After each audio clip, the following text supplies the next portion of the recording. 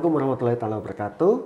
Selamat pagi, salam sehat kita semua buat sahabat-sahabat komunitas. Ketemu lagi kita di Komunitas Utama TV. Sahabat-sahabat sekalian, menarik ya ketika kita bicara tentang bagaimana sih pusat karir dan tracer study ya di perguruan tinggi. Rasanya kita di seluruh perguruan tinggi di Indonesia didorong untuk mengembangkannya, dan ini menjadi salah satu KPI ya, bagaimana perguruan tinggi itu bisa jadi lebih baik.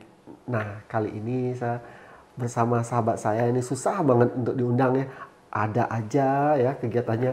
Nah, kali ini saya akan bersama sahabat saya Pak Pipin ya, Pak Pipin Sukandi. Beliau benar-benar udah jadi, kalau boleh bilang tahunan lah ya, tahunan gitu. Kalau ditanya masalah pusat karir dan tracer study, beliau mah udah khatam lah istilahnya. Nah, kali ini di majalah Komunitas edisi 33 November 2022 ini, tahun ke-11, ada yang menarik gitu. Bagaimana Pak Pipin melakukan sosialisasi atas tracer study dan pusat karir dan tracer study ini dalam konteks program di LLDT wilayah 4. Yuk, kita langsung aja ke Pak Pipin. Oke.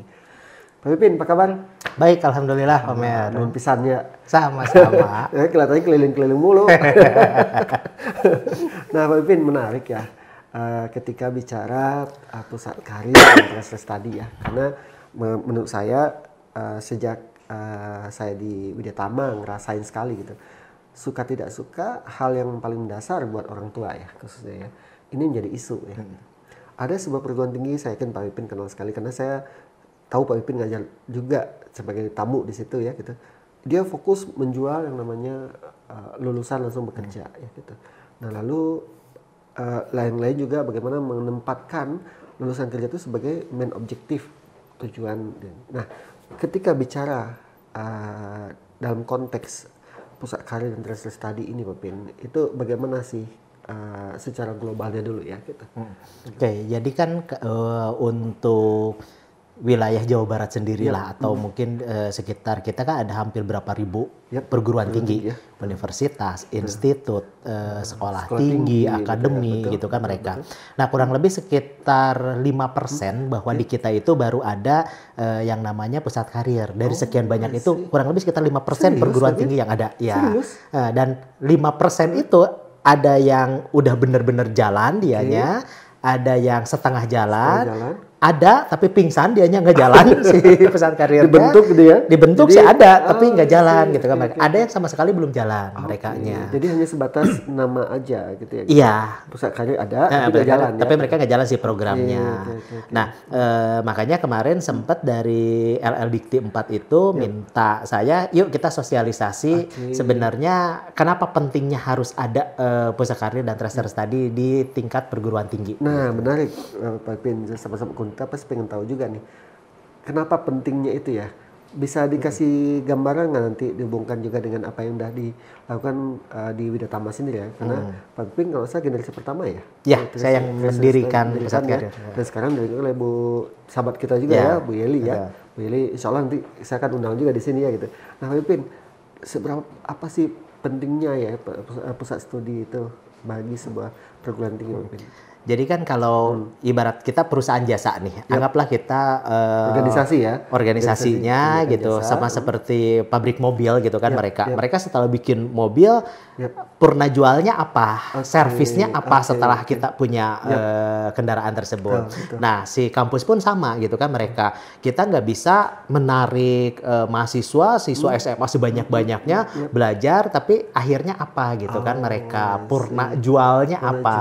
Nah, kalau misalnya kita ngelihat di Widya Tama sendiri kan kita karena sudah ada pusat karirnya, kita tidak hanya memperhatikan berapa banyak siswa yang masuk ke kita, tapi setelah lulus pun apa yang akan mereka lakukan. Jaminannya mereka, oke, setelah lulus di jurusan A, dia bisa bekerja di PT ini, gaji sekian. Nah itu kira-kiranya. Jadi kita nggak bisa hanya untuk merekrut sebanyak-banyaknya calon mahasiswa baru, tapi ya udah setelah selesai wisuda, yuk dadah, nggak gitu. Betul. Misalkan juga kalau salah kan relevan dengan program studinya juga ya Pak Pin. Betul. Ya, program studi. Saya masih ingat Pak Pin, saya jurusan hubungan internasional, larinya ke bisnis. Iya. Karena memang waktu itu saya kan tahun 95, selesai 2000 kan belum ada itu ya masalah dalam hal pusat karir ini secara optimal ya. Iya, Ada mungkin ada tapi nggak optimal. Nah Pak Pin, kalau kita lihat perspektifnya LDT wilayah 4 gitu, seberapa besar sih concernnya LDT wilayah 4 untuk mendorong perguruan tinggi di Jawa Barat ya. Wilayah 4 tuh Banten juga ya? Jawa Barat dan Banten. Banten ya, Jawa Barat dan Banten itu untuk memiliki dan optimasi pusat karir ini. Kalau ngelihat sekarang sih untuk wilayah LLDikti, wilayah 4 ya, Jawa Barat dan Banten itu emang benar sangat concern gitu kan ya. Kenapa? Karena pertama kita selalu melakukan namanya sosialisasi ke perguruan tinggi yang belum ada gitu kan mereka. Terus ada juga yang misalnya kita akan memancing, memotivasi perguruan tinggi gitu untuk mereka mengadakan pusat karir, apakah nanti dalam bentuknya hibah gitu kan, hibah yang diadakan oleh Kemdikbud sendiri gitu kan, itu juga ada kementerian mereka mengadakan hibah-hibah, dan bahkan sekarang si pusat karir tester tadi itu masuk ke dalam IKU gitu, indikator kinerja utama gitu, dari 8 poin itu. Satu poinnya adalah harus lulusannya yang berkualitas gitu kan mereka, dari si 8 indikator. Nah, otomatis lulusannya berkualitas itu adanya di pusat karir yang harus ngebantu si para lulusan gimana supaya mereka berkualitas gitu. Dan itu direkognisi oleh perusahaan ya Pak Vin. Iya, gitu. Apalagi ada MBKM-nya sekarang gitu kan mereka. Karena sahabat-sahabat penting sekali gitu kan. Saya lihat perguruan tinggi tentu kita jelas ya diharapkan job menghasilkan lulusan siap kerja ya gitu. Lalu juga ada juga yang mereka jadi wirausaha ya gitu. Betul. Nah, ini kan domainnya dua ini termasuk ya Pak? Ya. Jadi baik dia jadi wirausaha ataupun jadi employee itu. Ya, jadi domainnya pusat karir juga. Ya, jadi di dalam pusat karir itu salah satunya adalah tracer study. Salah satunya. Jadi mereka banyak program-program kegiatan. Salah satunya mereka ada tracer study, dan nanti yang di dalam tracer study itu kan mereka lulusannya itu apakah bekerja dalam arti bekerja ke perusahaan mereka atau dia berwirausaha, kan berwirausaha juga bekerja ya mereka. Betul.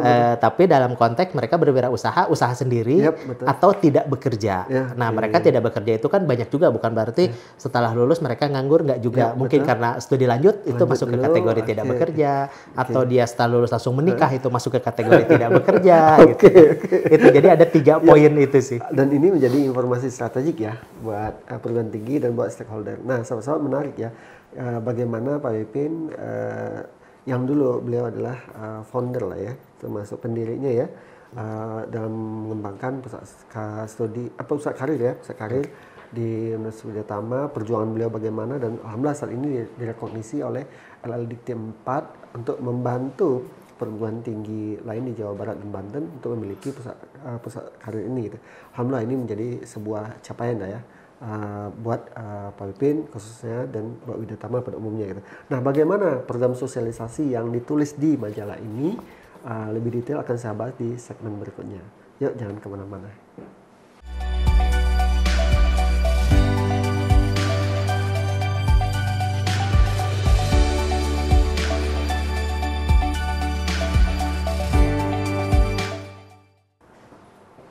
Sahabat-sahabat Komuta, ketemu lagi kita di program Komuta on Utama TV. Nah, tadi saya udah banyak banget dapat insight dari Pak Pipin.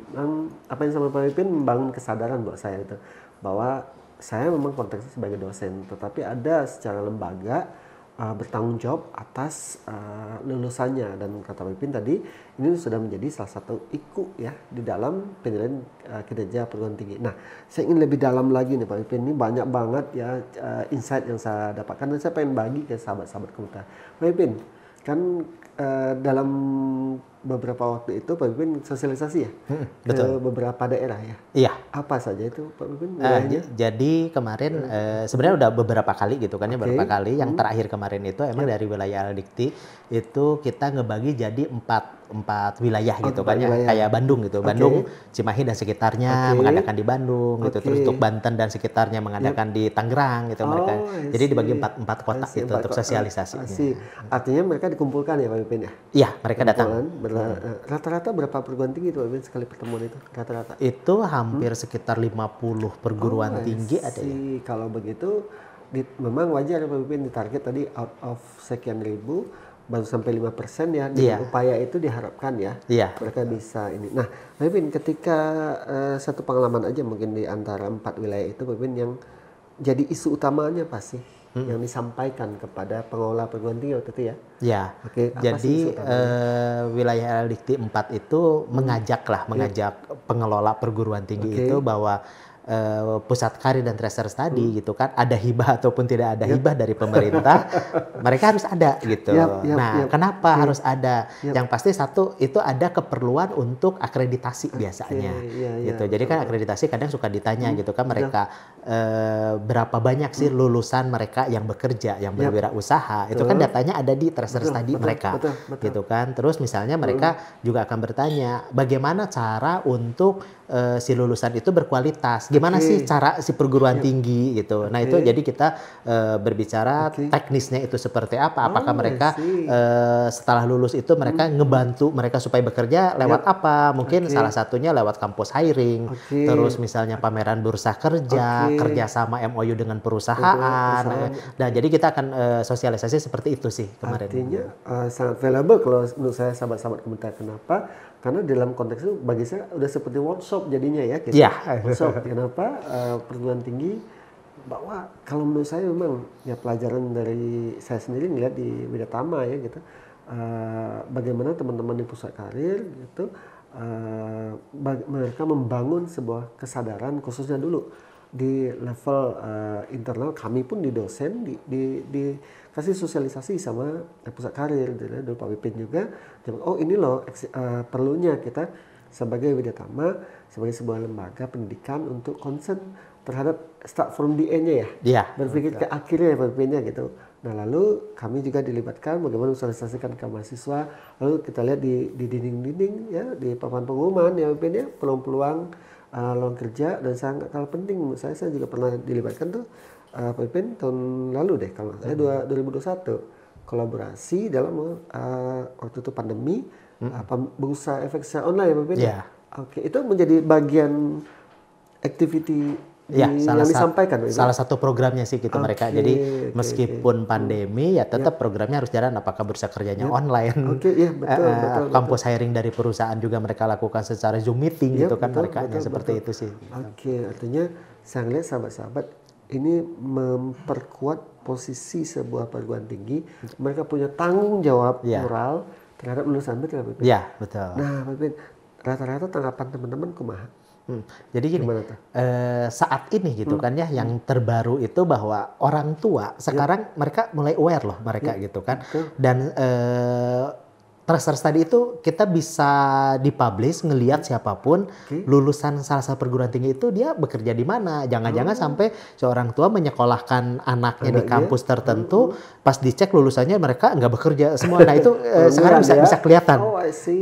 Jadi apa sih kalau untuk masyarakat umum ini suatu peluang dan emang suatu tantangan bagi perguruan tinggi gitu kan merekanya. Nah, bagaimana Pak Wipin reaksi dari teman-teman peserta waktu itu Pak Wipin terhadap program ini? Sebenarnya mereka sudah tahu gitu bahwa pusat karir itu harus ada gitu kan mereka. Nah dengan adanya sosialisasi mungkin mereka terpacu kembali, termotivasi kembali gitu bahwa mereka oh ya benar ternyata kenyataan kondisi saat ini. Dulu kita masih kepentingan ya udahlah cuma akreditasi aja mereka bikin gitu kan. Kalau sekarang nggak, emang benar-benar dinilai banget gitu kan merekanya, makanya masuk ke 8 indikator kinerja utama gitu si perguruan tinggi gitu kan mereka. Bahkan kalau saya lihat dari urutan 8 itu nomor satunya lulusannya harus berkualitas. Dan itu poin paling tinggi ya. Poin pentingnya. Memang kalau begitu mah memang menjadi sebuah kebutuhan jadinya ya. Iya, betul. Kalau pengelola perguruan tinggi melihat bahwa demand market itu seperti itu sekarang. Iya. Ya. Orang tua akan ngecek anaknya nanti akan jadi apa. Bisa nggak perguruan tinggi ini mengarahkan itu, memfasilitasi ya. Itu. Nah kalau di kelembagaan jadinya itulah pusat karir tadi ya Pak Wipin ya. Betul. Gitu. Nah Pak Wipin, kalau bicara tentang sosialisasinya sudah ya gitu. Nah, bagaimana sih kira-kira ya melihat pentingnya sosialisasi ini ke depannya menurut Pak Wipin sehingga 5% bisa minimal jadi 10% lah ya gitu. Kan ada growing ya. Gimana tuh Pak Wipin? Ya, sebenarnya kan ini adalah suatu kesadaran dari si pengelola perguruan tinggi gitu kan mereka, bahwa yang tadi katakan Pak Mer itu bahwa ini adalah udah merupakan bukan suatu unit tertentu tapi suatu kebutuhan. Suatu kebutuhan bahwa mereka itu setelah menarik mahasiswa proses, jadi ada apa sih ya istilahnya, mungkin ada input proses output gitu. Nah, kita yang di outputnya gitu. Jadi istilahnya mungkin kalau dari biro marketing mereka inputnya, dosen-dosen segala macam dan unit tertentu prosesnya, outputnya kita bantu dengan mendorongnya pusaka karir gitu. Nah, setelah dikasih pencerahan, mudah-mudahan sih beberapa perguruan tinggi yang ada di wilayah Jawa Barat mereka jadi terpikirkan, mungkin yang belumnya terpikir gitu kan, mereka jadi termotivasi, akhirnya mulailah serius mengelola si pusaka karir tracer tadi itu. Artinya kalau saya lihat sahabat-sahabat komunitas, apa yang sama Pak Ipin ini adalah langkah-langkah strategik yang harus diambil oleh pengelola sebenarnya Pak Ipin. Jadi bahwa sejatinya perguruan tinggi tidak lagi fokus ke input, tetapi harus fokus ke output, bahkan sampai ke outcome lah. Karena this is the community atau stakeholder expectation-nya ke sana ya. Nah, sahabat-sahabat, saya ingin gali lagi nanti Pak Ipin bagaimana rencana ke depan dan apa tips-tips Pak Ipin yang bisa dibagikan ke sahabat-sahabat sekalian yang mungkin saat ini juga pengelola perguruan tinggi dalam membangun dan mengembangkan pusat karir. Pengalamannya luar biasa loh. Siap Ipin ya? Siap. Sahabat-sahabat, kita jangan kemana-mana dulu, nanti kita ketemu di segmen selanjutnya.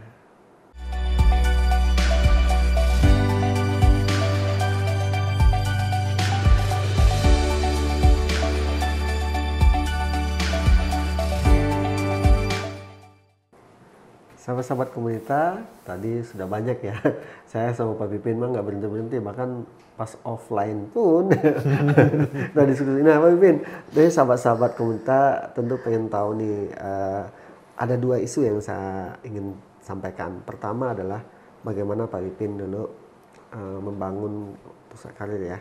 Di awal-awal tahun berapa dulu Pak Pin di tempatnya? Kalau sebenarnya sih program pusat karirnya ada, cuma dulu namanya kita placement office. Nah, mulai benar sesuai dengan arahan dari Dikti itu 2015. 2015, artinya udah 7 tahun, 8 tahun ya. 8 tahun, alhamdulillah saya yang melanjutkan pun Bu Yeli yang pasti dari awal juga barengan sama Pak Pipin ngebangun dulu. Nah Pak Pipin itu yang pertama, yang kedua bagaimana sih mengoptimasi gitu ya opportunity, apalagi LL Dikti sangat punya concern tinggi ya untuk mendorong. Nah, saya pengen dapat insight dari Pak Pipin, kira-kira seandainya nih sahabat-sahabat komunitas di sini, kan ini ditulis juga di majalah ini gitu ya, sahabat-sahabat Pak Pipin juga memberikan beberapa poin, tapi saya pengen gali, ketika sebuah perguruan tinggi ingin mendevelop ya Pak Pipin ya, karena saya tertarik dengan Pak Pipin, ada yang pingsan, ada yang tadi ya gitu, apa sih yang perlu dilakukan oleh sahabat-sahabat pengelola perguruan tinggi sehingga mereka bisa mengoptimasi pusat karir dan program tracer study-nya Pak Pipin. Jadi yang pertama kalau menurut saya sih untuk para pengelola perguruan tinggi itu dia harus punya dukungan dulu dari pimpinan, Pak. Dia harus punya dukungan, apakah itu dari yayasan maupun dari rektorat. Setelah ada dukungan, otomatis mereka akan bikin program. Program itu yang pasti harus ada anggaran. Mereka supportnya, dukungannya ya. Iya, makanya setelah ada dukungan dari pimpinan perguruan tinggi gitu kan mereka atau lembaganya, mereka sudah ada anggaran. Nah, baru kita bikin program. Programnya program apa nih gitu kan. Kalau saran saya bikinlah program yang untuk menunjang apakah itu akreditasi kah, apakah itu IKU-nya supaya gitu. Punya korelasi ya Pak Pipin. Iya, betul. Karena saya lihat ada satu kata menarik Pak. Ada satu kesimpulan yang menarik Pak saya. Kenapa? Karena hal ini sifatnya jadi strategik sama-sama. Betul ya Pak Pipin ya. Strategik buat lembaga. Kalau bicara strategik apa sih? Basisnya lingkungan internal dan eksternal, jangka panjang. Jangka panjang ya. Nah Pak Pipin, perjalanan 8 tahun ini Pak Pipin mulai ngerasa metik hasil nggak dari sekarang? Sekarang udah terasa. Ya. Nah jadi ini bukti loh. Bukan. Jadi tips yang Pak Pipin tadi, saya pengen gali lagi nih Pak Pipin dulu kan. Tadi Pak Pipin sampaikan poin utama adalah support ya, support dari pimpinan lembaga pengelola ataupun rektoratnya ya gitu ya. Gitu. Apa dulu yang jadi poin Pak Pipin mengconvince gitu ya? Tentu pimpinan kita menghitung juga ya cost and benefitnya seperti apa. Nah, supaya sahabat-sahabat komunitas bisa dapat nih apa yang mau saya sampaikan nanti kepada ketua yayasan atau rektorat gitu. Apa itu Pak Pin? Pengalaman Pak Pin? Contoh sederhana gini deh. Betul. Kalau dulu kita pada saat, apalagi kalau untuk perguruan tinggi yang lumayan prodinya banyak gitu kan, pada saat akreditasi itu mereka akan kebingungan untuk mencari data, gitu kan merekanya. Nah kalau sekarang saya gitu kan, kapanpun besok pun akreditasi, ayo gitu kan, datanya nggak ada gitu. Tinggal narik data, kasihin kita bagi aja per prodinya gitu kan, prodi apa ini datanya, prodi apa ini datanya. Nah, itu sebenarnya hasil dari mana sih? Hasil dari beberapa tahun ke belakang bahwa kita melakukan si program tadi gitu, Pak. Dan itu dilakukan secara metodologi yang sesuai ya. Iya, betul. Nih, udah dapat tips luar biasa dari Pak Pin. Hubungkan program pusat karir dan tracer study ini dengan kepentingan lembaga. Apa itu? Akreditasi. Itu yang disampaikan Pak Pipin tadi. Kenapa? Logis sekali ya Pak Pipin. Iya. Kenapa? Kita kan baik itu perguruan tinggi negeri ataupun swasta gitu ya, kan posisinya udah relatif sama saja. They compete to get the student, betul ya Pak Pipin ya? Mereka compete untuk mendapatkan student. Dan ketika salah satu indikator orang tua itu adalah melihat akreditasi. Dan akreditasi salah satu poinnya kata Pak Pipin itu adalah di kualitas ya, kualitas lulusan yang didapat dari pusat karir dan terus tadi jadi relevan. Itu tip pertama dapat ya. Lalu yang kedua Pak Pipin, gimana Pak Pipin dapatkan support budget? Nah, karena sama-sama pasti kan buat pimpinan belum tentu kan Pak Pipin. Yeah. Ada yang anggap ini sebagai cost center, ada yang menjadi profit center dalam tanda kutip ya, atau benefit center lah. Kalau profit terlalu ekstrim ya. Kalau cost, saya ngeluarin biaya buat career center mah biaya tamah kan gitu ya gitu. Tapi kalau saya, nah gimana Pak Ipin sehingga keluar itu anggaran? Yang pasti kita harus nunjukin Pak, nunjukin ke lembaga bahwa apa yang kita lakukan itu emang benar bermanfaat untuk semua. Makanya salah satu syarat dari Kementerian Kemdikbud itu pusat karir harus berada di perguruan tinggi, bukan di fakultas atau prodi. Gitu. Direktorat. Tingkatnya harus ada di perguruan tinggi. Ya, apakah direktorat atau misalnya pimpinannya dia sekolah tinggi atau apa disesuaikan, tapi ada di tingkat perguruan tingginya. Bukan berarti harus ada di tingkat fakultas, boleh tingkat fakultas prodi ada, tapi dia hanya support data, masukin lagi pengelolanya ada di tingkat perguruan tinggi. Jadi lihatnya lebih makro ya? Iya, lebih makro. Nah, setelah ada keluar dari hasilnya, saya yakin pihak lembaga juga dia nggak akan nutup mata gitu kan. Ini loh hasil sayanya gitu. Jangankan kalau misalnya ada beberapa perguruan tinggi dia emang jagonya bikin penulisan surat lamaran kerja, itu aja yang dilakukan. Nah, perguruan tinggi juga akan ngeliat kok cuma satu kegiatan gitu kan. Kenapa sih? Variatif ya? Iya, kalau dengan variatif mereka juga ada manfaatnya ngelihat. Saya yakin pihak pengelola dari lembaga juga akan kebuka lah gitu. Itu tips kedua. Jadi sama-sama bikin program yang istilahnya ya bisa dijalankan ya Pak Pipin. Iya. Jalankan dan nah tips ketiga terakhir Pak Pipin. Ketika itu udah anggaran sudah mengembangkannya, artinya daily apa tips Pak Pipin sehingga rektorat sampai kementerian bisa ngeksin. Sehingga kan alhamdulillah kita udah sampai ya placement office lalu berubah jadi pusat karir. Pusat karir tadi transformasinya di 2015 kurang lebih 8 tahun. Apa poinnya yang Pak Pipin tangkap di situ yang harus dilakukan? Sebenarnya sih dari pihak pengelola si pusat karir sendiri yang berada, dia jangan takut gitu Pak. Jadi jangan takut untuk bikin suatu kegiatan. Anggaplah kalau misalnya kita lingkupnya lulusan saya kok cuma 100 orang, nggak masalah. Yuk kita bikin dulu misalnya kegiatannya apa? Pembuatan surat lamaran kerja, pembuatan CV, itu yang pasti akan kepake gitu kan merekanya. Setelah lulus jangan lupa mereka harus dilacak gitu. Mereka jadi apa sekarang? Bekerja kah gitu kan. Banyak lulusan dari Widyatama mungkin ada yang baru tahu juga di kita itu kan ada yang jadi bupati gitu kan. Mereka bekerja wirausahanya keren-keren. Gitu. Nah itu kan datanya ada di pusat karir gitu kan mereka. Nah yang sudah anggaplah setengah berkembang mereka tambahin lagi programnya. Nanti sampai dia maju ya udah ketahuan ini loh program-program yang kita butuhkan untuk membantu lembaga sendiri itu merekanya. Artinya sahabat-sahabat jangan tukcing ya. Iya. yang dibentuk cicing. Nah ini sahabat-sahabat, alhamdulillah saya dapat yang luar biasa dari pemimpin tadi, mulai yakinkan pimpinan dengan apa manfaat daripada pusat karir, lalu buatkan program sehingga realistis, sehingga disupport oleh anggaran. Terakhir adalah komitmen. Kalau bahasa saya tadi yang saya tangkap dari pemimpin, saya simpulkan komitmen untuk menjalankan, berani jalankan gitu ya.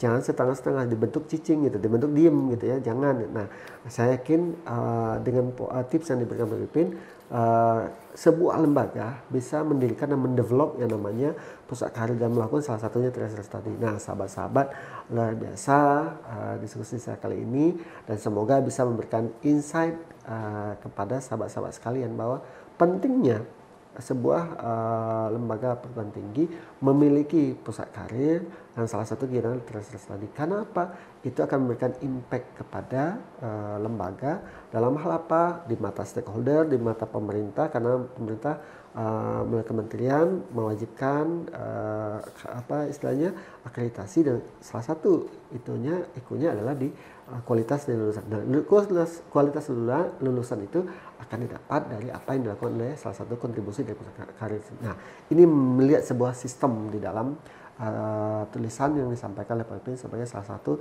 redaktur di majalah Kemuta. Pak Pipin, nggak kerasa diskusi kita harus diakhiri, tapi bagi saya luar biasa insight-nya, dan saya yakin juga sahabat-sahabat Kemuta mendapatkan value dari diskusi. Sukses terus mengembangkan pusat karir di perguruan tinggi, nggak bisa jadi tidak hanya di wilayah 4 DPP-nya, bisa sampai kementerian, wilayah lain, dan insya Allah Widya Tama terus memberikan manfaat buat kita dan juga buat bangsa ini. Terima kasih Pak Pipin. Oke, sama-sama Pak Mer.